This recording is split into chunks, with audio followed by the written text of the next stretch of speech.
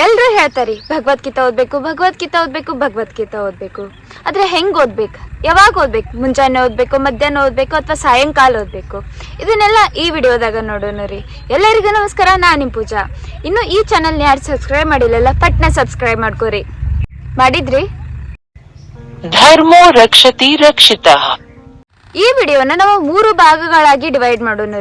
ಮೊದಲನೇದ terms and conditions to read Bhagavad Gita, ಯಾವ ಕಂಡೀಷನ್ದಾಗ ಭಗವದ್ಗೀತಾನ ಓದ್ಬೇಕಾ. ಎರಡನೇದ ಹೌ ಟು ಸ್ಟಡಿ, ಅಂದ್ರೆ ನಾವು ಯಾವ ರೀತಿ ಅಧ್ಯಯನ ಮಾಡ್ಬೇಕಾ, ಓದಿದ್ದನ್ನ ನಮ್ಮ ಜೀವನದಾಗ ಯಾವ ರೀತಿ ಅಳವಡಿಸ್ಕೋಬೇಕಾ. ಮೂರನೇದ ಯಾವ ವಯಸ್ಸಿನವ್ರು ಓದ್ಬೇಕಾ ಮತ್ತು ಯಾಕೆ ಓದ್ಬೇಕೆಂಬುದನ್ನ. ಟರ್ಮ್ಸ್ ಅಂಡ್ ಕಂಡೀಷನ್ಸ್ ಮೊದಲನೇದು, ಯಾವಾಗಲೂ ಸ್ನಾನ ಮಾಡ್ಕೊಂಡನ ಭಗವದ್ಗೀತಾ ಓದ್ಬೇಕಾ. ಎಲ್ರಿ ಹೊರಗೆ ಹೋಗಿ ಬಂದೀವಪ್ಪ ಅಂದ್ರೆ ಭಗವದ್ಗೀತಾ ಓದಬಾರ್ದು. ಇನ್ನು ಊಟ ಮಾಡೋಕ್ಕಿಂತ ಮುಂಚೆನೂ ಓದಬಾರ್ದು ಅಥವಾ ಊಟ ಆದ್ಮೇಲೂ ಓದಬಾರ್ದು, ಯಾಕಪ್ಪ ಅಂದ್ರೆ ಹೆಂಜಿಲಾಗಿರ್ತೈತಲ್ರಿ. ಇನ್ನು 4ನೇದು, ಮುಂಜಾನೆ ಬೆಳಿಗ್ಗೆ ಎದ್ದ ತಕ್ಷಣ ಓದಬಾರ್ದು ಅಥವಾ ಮಲ್ಕೋ ಮುಂಚೆನೂ ಓದಬಾರ್ದು. ಇನ್ನು ಯಾರ್ಯಾರೇ ಬೀಗರದು ಮನೆಗೆ ಬರ್ತಾರಲ್ಲ ಅವಾಗೂ ಭಗವದ್ಗೀತಾ ಓದಬಾರ್ದು, ಅಥವಾ ನಾವು ಯಾರೇ ಪವನರ್ ಮನೆಗೆ ಹೋಗಿರ್ತೀವಲ್ಲ ಅವಾಗೂ ಭಗವದ್ಗೀತಾ ಓದಬಾರ್ದು. ಒಟ್ಟಿನಲ್ಲಿ ಹೇಳ್ಬೇಕಪ್ಪ ಅಂದ್ರೆ ವರ್ಷದ 12 ತಿಂಗಳೊಳಗೂ ಭಗವದ್ಗೀತಾ ಓದಬಾರ್ದು. ಇಲ್ರಿ, ಜೋಕ್ ಮಾಡತ್ತೀನಿ. ಯಾಕಪ್ಪ ಅಂದ್ರೆ ಇದೆಲ್ಲ ಹೆಂಗದಾವಪ್ಪ ಅಂದ್ರೆ ರೀಸನ್ಸ್.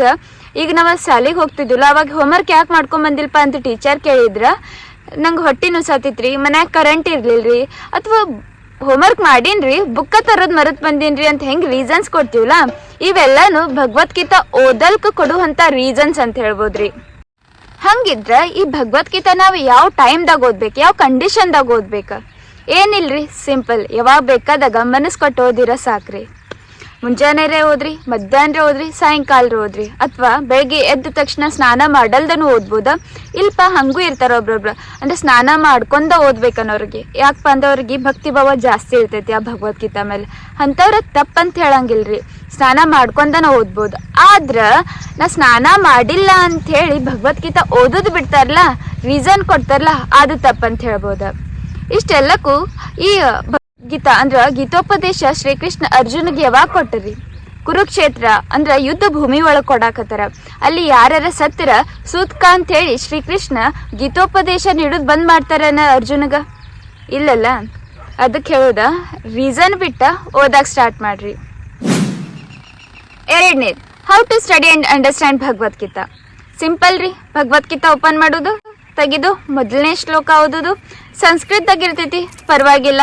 ಅದ್ರ ನೆಕ್ಸ್ಟ್ ಅದ್ರ ಟ್ರಾನ್ಸ್ಲೇಷನ್ ಅನುವಾದ ಕೊಟ್ಟಿರ್ತಾರ, ಸಿಂಪಲ್ ಲ್ಯಾಂಗ್ವೇಜ್ದಾಗ ಇರ್ತೈತ್ರಿ, ಆರಾಮ್ಸೆ ಅರ್ಥ ಆಗ್ತೈತಿ. ಇಲ್ಲಿ ಮಾಡೋದು ನಾವು ಏನು ತಪ್ಪಪ್ಪ ಅಂದ್ರೆ, 1ನೇ ಶ್ಲೋಕ ಓದಿದ ತಕ್ಷಣ ಅದ್ರ ಅನುವಾದ ಓದಿದ ತಕ್ಷಣ ಡೈರೆಕ್ಟ್ ಇನ್ನೊಂದು ಶ್ಲೋಕಕ್ಕೆ ಜಗದ್ ಬಿಡ್ತೀವಿ, 2ನೇ ಶ್ಲೋಕ ಓದಕ್ಕೆ ಹೋಗ್ಬಿಡ್ತೀವಿ. ಹಂಗೆ ಮಾಡಂಗಿಲ್ರಿ. ದಿನ 1 ಶ್ಲೋಕ ಓದ್ಲಿ ಅಥವಾ 2 ಶ್ಲೋಕ ಓದ್ಲಿ, ಏನು ಮಾಡೋದು, ಶ್ಲೋಕ ಓದಿದ ನಂತರ ಅದನ್ನ ಅರ್ಥ ಮಾಡ್ಕೊಳಕ್ ಪ್ರಯತ್ನ ಮಾಡೋದ್ರಿ. ಈಗ ಶ್ಲೋಕ ಓದಿ ನಮ್ಮ ಜೀವನದಾಗ ಅಥವಾ ನಮ್ಮ ಸುತ್ತಮುತ್ತದಾಗ ಏನು ಘಟನೆ ನಡೀತೈತಲ್ಲ ಅದಕ್ಕೆ ಹೋಲಿಕೆ ಮಾಡುದ. ಫಾರ್ ಎಕ್ಸಾಂಪಲ್, ಈಗ ಮೊದಲನೇದು ಏನೈತಿ, ಧೃತರಾಷ್ಟ್ರ ತನ್ನ ಬಾಜು ಸಂದೇಹ ಇರ್ತಾನ, ಅವ್ರಿಗೆ ಕೇಳಕತ್ತಾನ, ಆ ಧರ್ಮ ಕ್ಷೇತ್ರ ಕುರುಕ್ಷೇತ್ರ ಒಳಗ ಏನ್ ನಡೆಯತೈತಿ, ನನ್ನ ಮಕ್ಕಳ ಮತ್ತು ಆ ಪಾಂಡವನ್ ಮಕ್ಕಳ ಏನ್ ಮಾಡತ್ತಾರ ಅಂತ ಕೇಳ್ತಾರ.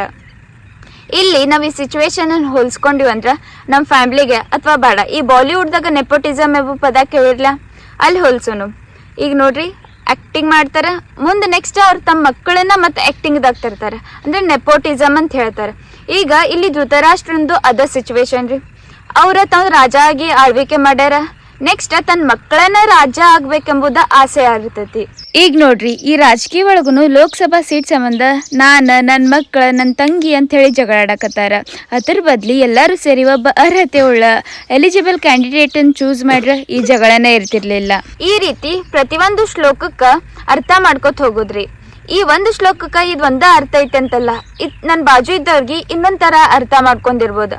ಆದ್ರೆ ಈ ಭಗವದ್ಗೀತಾ ಶ್ಲೋಕಕ್ಕ ಎಂತ ಪವರ್ ಐತಿಪ್ಪ ಅಂದ್ರ, ಆ ಶ್ಲೋಕದ ಅರ್ಥ ಯಾವಾಗ್ಲೂ ಪಾಸಿಟಿವ್ ಆಗಿ ಔಟ್ಕಮ್ ಸಿಗ್ತೈತಿ, ಹೊರತಾಗಿ ನೆಗೆಟಿವ್ ಯಾವಾಗೂ ಸಿಗಂಗಿಲ್ಲ. ನಂಗೆ ಒಬ್ಬರ ವಿದ್ವಾಂಸರು ಹೇಳಿದ್ರಿ, ನಾವು ಯಾವಾಗ ನಮ್ಮ ಜೀವನದಾಗ ಲೋ ಅಂತ ಫೀಲ್ ಆಗ್ತೀವಲ್ಲ, ದುಃಖ ಒಳಗಿರ್ತೀವಲ್ಲ, ಆ ಟೈಮ್ದಾಗ ಭಗವದ್ಗೀತಾ ತೆಗೆದ ಯಾವ್ದು ಒಂದು ಶ್ಲೋಕನ ಓದಿ ಅರ್ಥ ಮಾಡ್ಕೋದ, ನಮ್ಮ ಸಿಚುವೇಶನ್ನ ಅದಕ್ಕೆ ಹೋಲಿಕೆ ಮಾಡ್ಬೇಕ. ಅವಾಗ ನಾವು ಇನ್ಸ್ಪೈರ್ ಆಗ್ತೀವಿ, ಮೋಟಿವೇಟ್ ಆಗ್ತೀವಿ. 3ನೇದು, ಭಗವದ್ಗೀತಾನ ಯಾವ ವಯಸ್ಸಿನವ್ರು ಓದ್ಬೇಕು ಮತ್ತು ಯಾಕೆ ಓದಬೇಕು. ನಮ್ಮ ಹಿಂದೂ ಧರ್ಮದಾಗ ಸಿಕ್ಕಾಪಟ್ಟೆ ಗ್ರಂಥಗಳದಾವ್ರಿ, ಅವನ್ನೆಲ್ಲ ವಯಸ್ಸಾದ ಅಜ್ಜಗಳ ಓದೋದನ್ನ ನಾವು ಜಾಸ್ತಿ ನೋಡ್ತೀವಿ. ಆದ್ರೆ ಈ ಭಗವದ್ಗೀತಾನ ಯುವಕರು ಓದ್ರ ಒಳ್ಳೇದಂತ ನಾ ಹೇಳ್ತೇನೆ. ಯಾಕಪ್ಪ ಅಂದ್ರೆ ಇದೊಂಥರ ನಮ್ಮ ಲೈಫದ ಯೂಸರ್ ಮ್ಯಾನ್ಯುವಲ್ ಇದ್ದಂಗೆ. ಈಗ ನಾವು ಯಾವುದೇ ಒಂದು ವಾಷಿಂಗ್ ಮಷೀನ್ ಅಥವಾ ಫೋನ ತಗೋತೀವಿ, ಅಥವಾ ಒಂದು ಯೂಸರ್ ಮ್ಯಾನ್ಯುವಲ್ ಸಿಗ್ತೈತ್ರಿ, ಯಾವ ರೀತಿ ಸ್ಟಾರ್ಟ್ ಮಾಡಬೇಕು, ಹೆಂಗೆ ಯೂಸ್ ಮಾಡಬೇಕು ಎಂಬುದೆಲ್ಲನೂ ನೀಟಾಗಿ ಎಕ್ಸ್ಪ್ಲೇನ್ ಮಾಡಿರ್ತಾರೆ. ಹಂಗನ ಈ ಭಗವದ್ಗೀತಾ ನಾವು ಯಾವ ರೀತಿ ಜೀವನ ಸಾಗಿಸ್ಬೇಕೆಂಬುದ ನೀಟಾಗಿ ಎಕ್ಸ್ಪ್ಲೇನ್ ಮಾಡ್ಯಾರಿ. ಲೈಫ್ ಅಂದ್ರೆ ಏನ, ಡೆತ್ ಅಂದ್ರೆ ಏನ, ಹುಟ್ಟು ಸಾವಂತೂ ಖಚಿತ ಇದ್ದಿದ್ದನ. ಹಾಗಿದ್ರೆ ಈ ನಾವು ಜೀವನ ಎದಕ್ಕೆ ಸಾಗಿಸ್ಬೇಕು, ಹೆಂಗೆ ಬದುಕಬೇಕು, ಈ ಜೀವನದ ಉದ್ದೇಶ ಏನಂತೆಲ್ಲ ಎಕ್ಸ್ಪ್ಲೇನ್ ಮಾಡ್ಯಾರ. ಅಷ್ಟೇ ಅಲ್ರಿ, ಇದೊಂದು ಪರಿಪೂರ್ಣ ಜ್ಞಾನವನ್ನು ಕೊಡ್ತೈತಿ. ಈಗ ಸೈನ್ಸ್ದೊಳಗೆ ನಾವು ಸೆನ್ಸಸ್, ನರ್ವ್ಸ್, ಎನರ್ಜಿ ಅಂತ ಕಾನ್ಸೆಪ್ಟ್ಗಳನ್ನ ಕಲಿತೀವಿ. ಅವನ್ನೆಲ್ಲ ಈ ಭಗವದ್ಗೀತಾದಾಗ ಬಂದು ಹೋಗ್ಯಾವ. ಅಷ್ಟೇ ಯಾಕ್ರಿ, ಈ ಕೆಟ್ಟ ಚಟಗಳು ಮಾಡ್ತೀವಿ ನಾವು ಒಂದು ವಯಸ್ಸಿನಾಗ. ಅಂದರೆ ಈ 18ರಿಂದ 25 ತನಕ ಇದು ಮಂಗ್ಯಾನ ವಯಸ್ಸು ಏನಿರ್ತೈತಲ್ಲ, ಅಲ್ಲಿ ಕೆಟ್ಟ ಅಂದ್ರೆ ದೋಸ್ತರ ಆಗಿರ್ಬೋದು, ಕೆಟ್ಟ ಸಹವಾಸಕ್ಕೆ ಜಾಸ್ತಿ ಬೀಳ್ತೀವಿ. ಅಂತ ಕೆಟ್ಟ ಚಟಗಳದಿಂದ ಹೆಂಗೆ ದೂರ ಇರಬೇಕೆಂಬುದನ್ನು ಅರ್ಥ ಮಾಡ್ಕೋಬಹುದು. ಅಷ್ಟೇ ಯಾಕ್ರಿ, ಟೈಮ್ ಮ್ಯಾನೇಜ್ಮೆಂಟ್ ಮತ್ತು ಕರ್ಮದ ಫಲ ಬಗ್ಗೆನೂ ವಿವರಣೆ ಕೊಟ್ಟಾರ. ಈಗ ಎಷ್ಟೋ ಜನಕ್ಕೆ ತಮ್ಮ ಸಾವಿನ ಬಗ್ಗೆ ಬಹಳ ಅಂಜಿಕೆ ಇರ್ತೈತಿ. ಆದ್ರೆ ಈ ಭಗವದ್ಗೀತಾ ಓದ್ತಾ ಓದ್ತಾ ನಮ್ಮ ಸಾವು ಯಾವಾಗ ಬೇಕಾದಾಗ ಬರಲಿ ಅದ್ರದ್ದು ಅಂಜಿಕೆನ ಹೋಗ್ಬಿಡ್ತೈತಿ. Life is a preparation, death is a exam ಅಂತಾರಲ್ಲ, ಹಂಗರಿ. ಮತ್ತೊಂದು, ಇಷ್ಟೆಲ್ಲ ಇರೋ ಭಗವದ್ಗೀತಾ ಓದೋವಾಗ ನಮಗೆ ಯಾಕೆ ಬೋರ್ ಆಗ್ತೈತಿ, ಬೇಜಾರು ಯಾಕೆ ಆಗ್ತೈತಿ? ಇಲ್ಲಿ ನೋಡ್ರಿ, ನಾವೇನು ಮಾಡ್ತೀವಿ, ಎಲ್ಲ ಕಡೆ ಕೇಳಿಸ್ಕೊಂಡಿರ್ತೀವಿ, ಮಹಾಭಾರತ ಸೀರಿಯಲ್ಸ್ ನೋಡೇವಿ, ಹಾಗಾಗಿ ಮಹಾಭಾರತದ ಅರಿವಿರ್ತೈತಿ. ಈ ಭಗವದ್ಗೀತಾದಾಗ ಚಾಪ್ಟರ್ 1 ಒಳಗೆ ಅಂದ್ರೆ ಅಧ್ಯಾಯ 1 ಒಳಗೆ ಎಲ್ಲ ಮಹಾಭಾರತ ಬಗ್ಗೆನ ಐತಿ.